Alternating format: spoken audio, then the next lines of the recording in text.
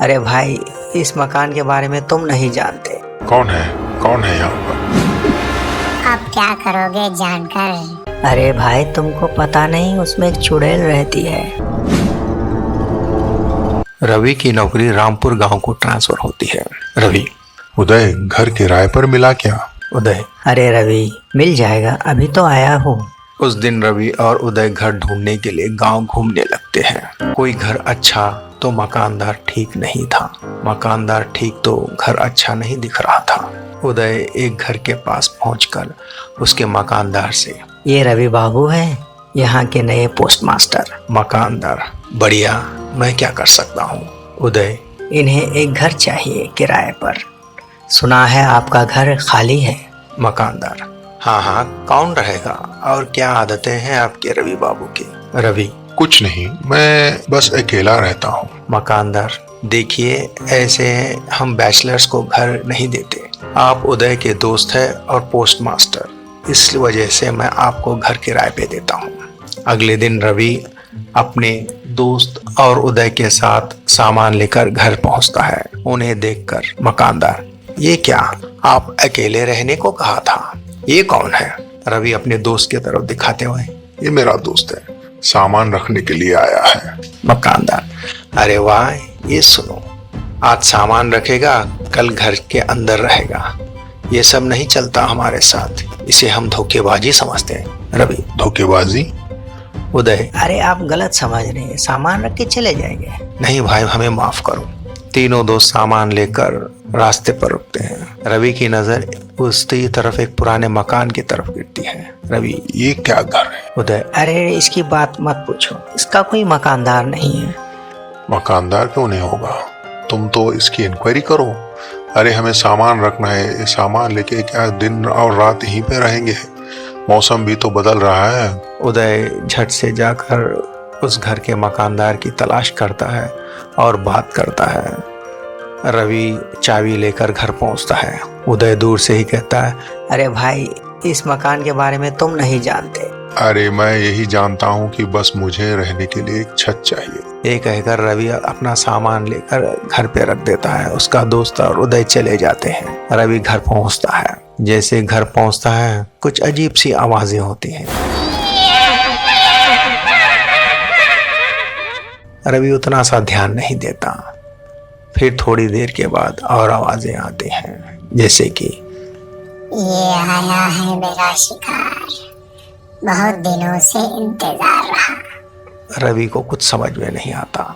चुड़ैल रवि के करीब चल कर आती है। रवि आवाजें सुनकर परेशान होता है। कौन है यहाँ पर? आप क्या करोगे जानकर?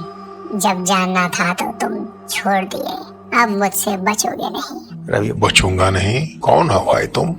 भाई नहीं, चुड़ैल। चुड़ैल क्या होता है?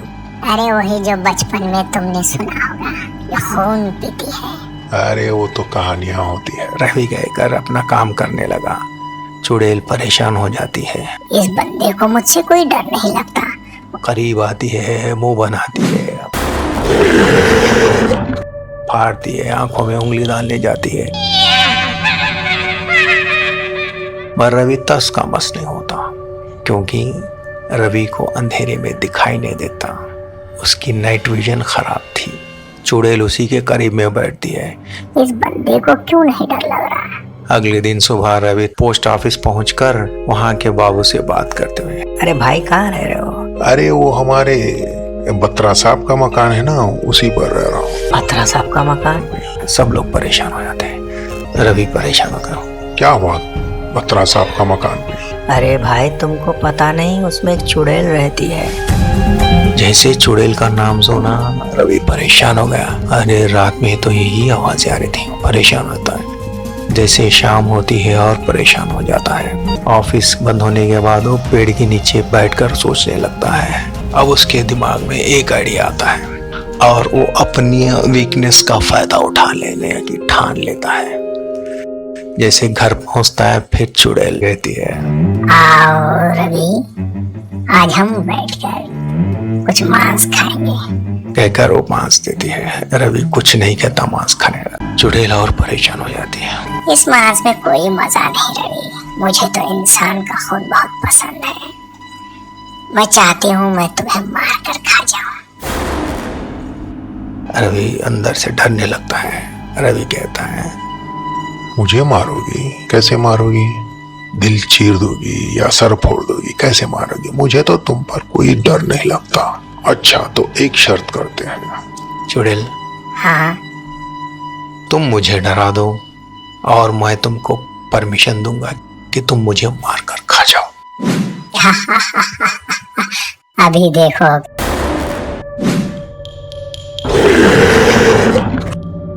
रवि के पास आती है, फिर से वही करती है, डराने की, धमकाने की, सब कामें करती है, मगर रवि को दस का मस नहीं होता, डरता नहीं।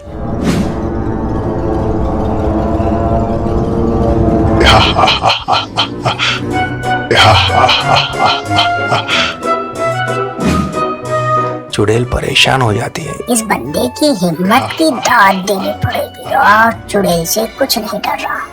वो हार मानकर रवि से कहती, तुम वाकई में बहुत जिगर वाले हो रवि। आज से घर तुम्हारा। मैं चलती हूँ यहाँ से। कहकर चले जाती है।